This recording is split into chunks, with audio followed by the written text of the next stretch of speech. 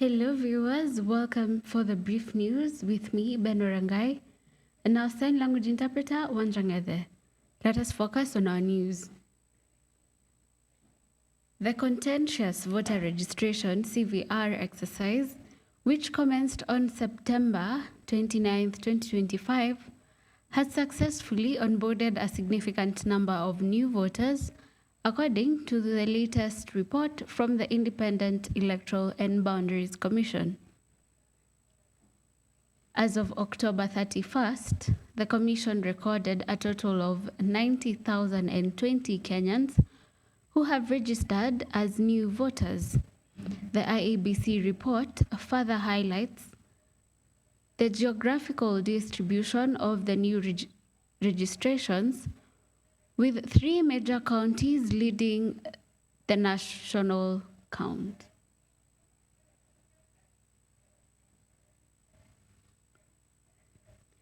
Nairobi County showed the highest intake with 16,512 new voters, followed by Kiambu County with 9,917. Machakos County also demonstrated a strong turnout, recording 4,026 new voters.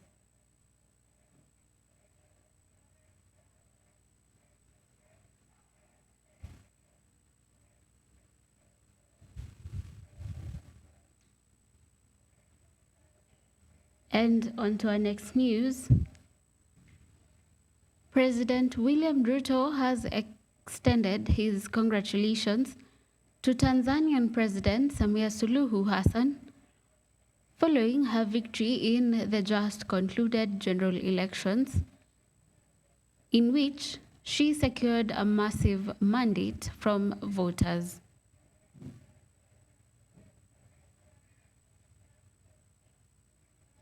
In a statement released on Monday, President Ruto officially acknowledged the re-election of President Suluhu, who first assumed presidency in 2021 after the death of her predecessor, the late John Magufuli. President Ruto emphasized Kenya's commitment to existing cordial relations with Tanzania and pledged to continue strengthening those ties in the spirit of the East African community.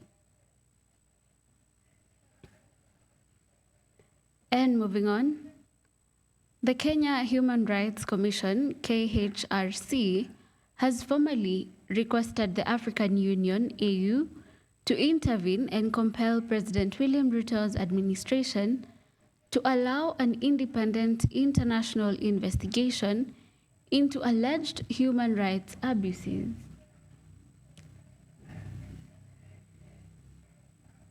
The lobby group made a submission to the African Commission on Human and People's Rights, ACHPR, calling on the body to press the Kenyan government to activate a standing invitation for UN special rapporteurs to visit the country.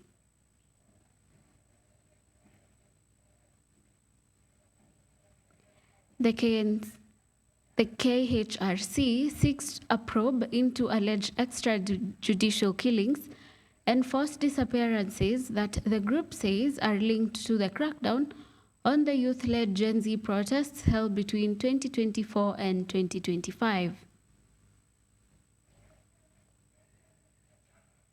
And moving on, the Orange Democratic Movement, ODM, acting party leader Oburu Oginga, has decisively clarified the party's official communication channels, stating that the cabinet secretaries John Mbadi and Opiyo Wandayi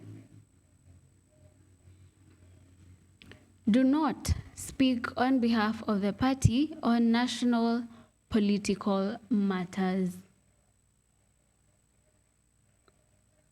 Speaking on Sunday, Oburu, who recently took the helm of the ODM, insisted that the two leaders, by virtue of their government positions, have ceded their role as party voices. In contrast, Oburu issued a strong defense of Nairobi Senator and ODM Secretary General Edwin Sifuna, affirming him as the authentic voice of the party.